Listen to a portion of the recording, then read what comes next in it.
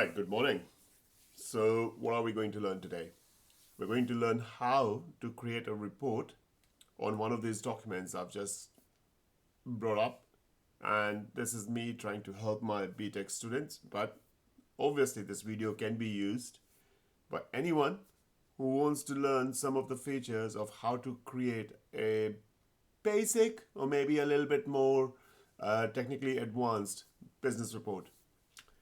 So every report's got a cover page. Now I'm going to enter a cover page. So what I do is click on insert on the ribbon, and here we go. Click on cover page. We've got so many different cover pages over here. But what I'm going to do is I'm going to create a simple cover page. There we go. And document title is, we're talking about what's the title of this document. So this is one of my economics chapter about globalization. So I'm gonna put the title.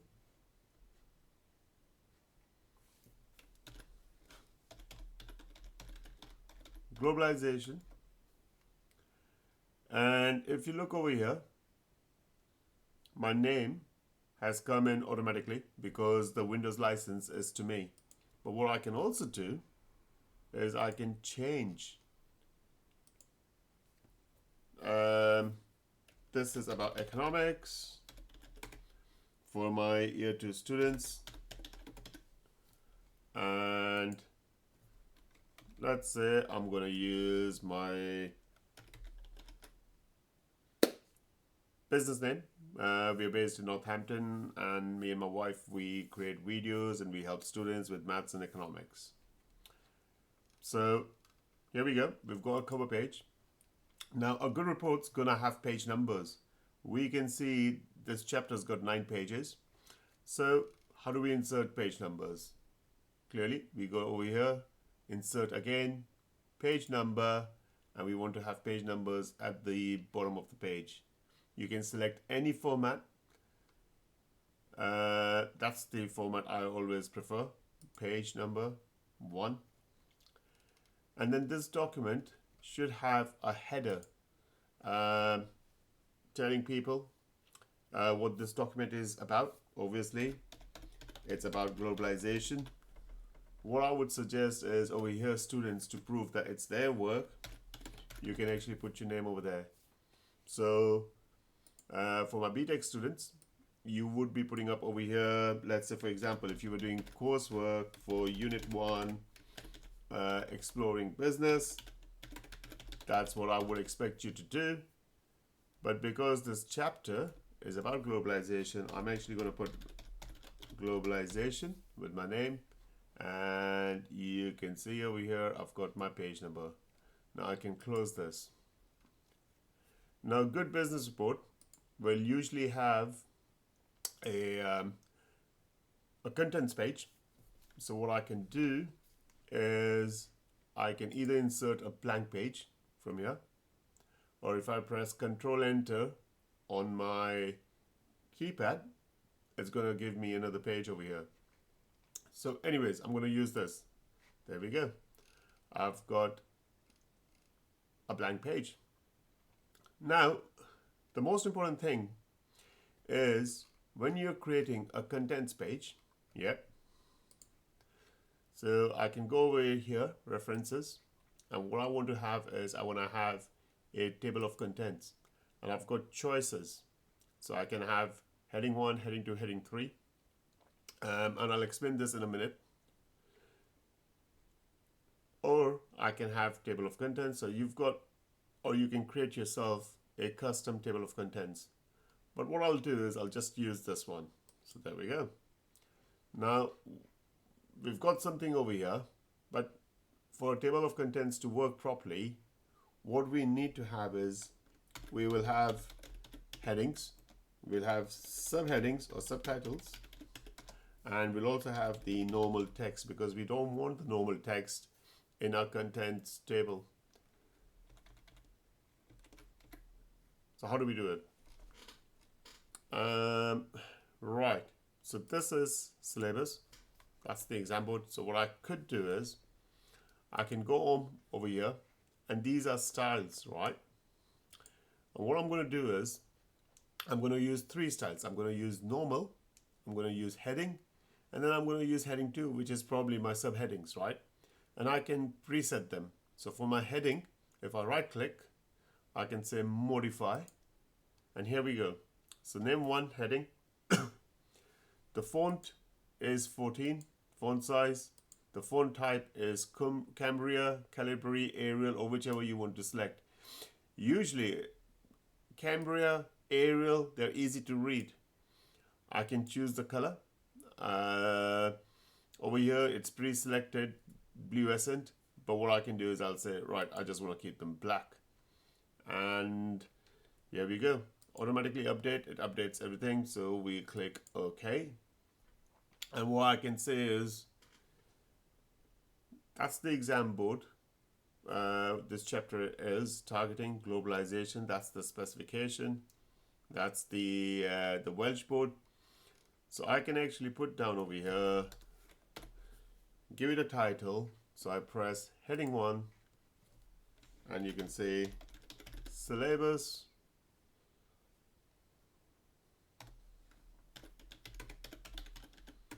And here I have. And these two, AQA and Welsh, I can use them as my subheadings. And to select them separately without selecting the content in between, I've used the control key and my mouse. So I go on heading 2, and I'm going to modify heading 2. Again, this time I'm going to choose black color, but because it's a subheading, what I'm going to do is I'm going to keep the font as 12 because my heading fonts was 14, and I'm going to make it bold. Okay, for that to make it stand out. Or I can actually choose the color. What color is this? Let's have a look. Blue, dark blue. There we go. And click OK. Yeah, so that's my heading 2. Everything else in between is just normal text, as you can see over here. What I'm going to do is for my headings, I'm actually going to change the color. I'm going to modify this, and I'm going to modify that to fluorescent. Automatically update. Okay, and here we go. So you can see over here I've got heading, subheadings, normal text. Then I have globalization as a chapter. I'll put that down as a heading. I've got normal text over here. Developed world, I can put that down as my subheading. Developing world, again, that's my subheading because that's what I'm writing about. That's the conclusion there.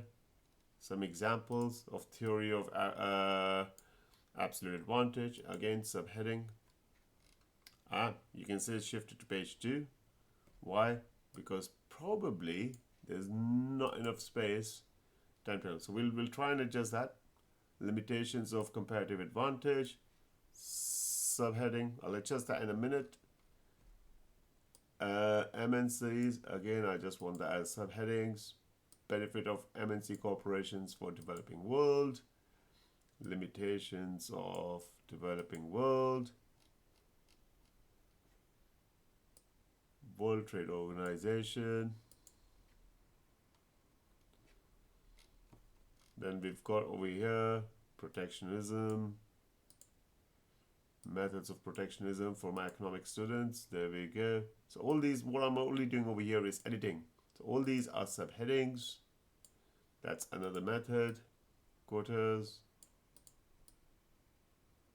Now what you're noticing is it's picking up the diagram because that's not disconnected, but there we go. Sorted, quotas, limitation of quotas.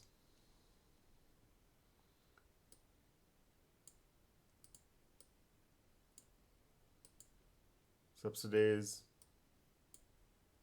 dumping,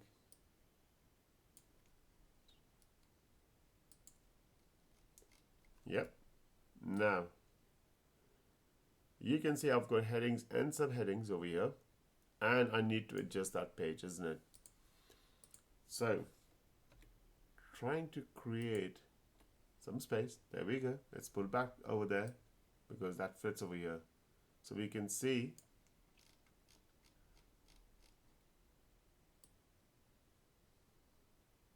I've done the editing part. Now all I'm going to do is I'm going to go on my table, contents table, and you can see these pops up over here. All I'm going to say is, because I've made changes, update my table. It gives me the option, update page numbers only or the entire table. I want to update the entire table. So what it'll do is it'll give me headings, subheadings on its own along with the page number they are on. So I click OK. And here we go. My contents table is being created. The other bit you need to learn in a good report is having a list of references. Okay, so let's say for example I've picked this one up, AQA, globalization, and this syllabus from AQA specification. So what I'm going to do over here is I'm going to select this and I'm going to go on my references and I'm going to say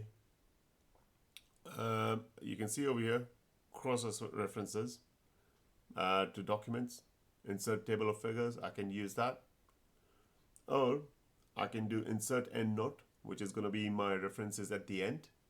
I can do it at the bottom of the page, which will appear over here. What I'm going to do is I'm going to actually create an endnote. So at the end, this is what it's going to be. So I'm going to write down over here www.aqa.org.uk,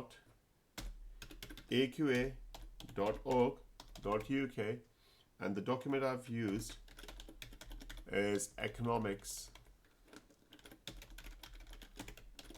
specification. So this is how you create the references in the document. Then I've used, for the Welsh board, again, insert endnote, and you can see automatically that's number 2 now.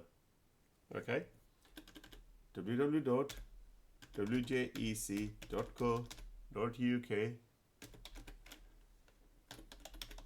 economics specification. Now, have I used any other references in my report?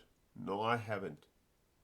But what I could do, if I wanted to create, do you see all these figures, right? Yeah.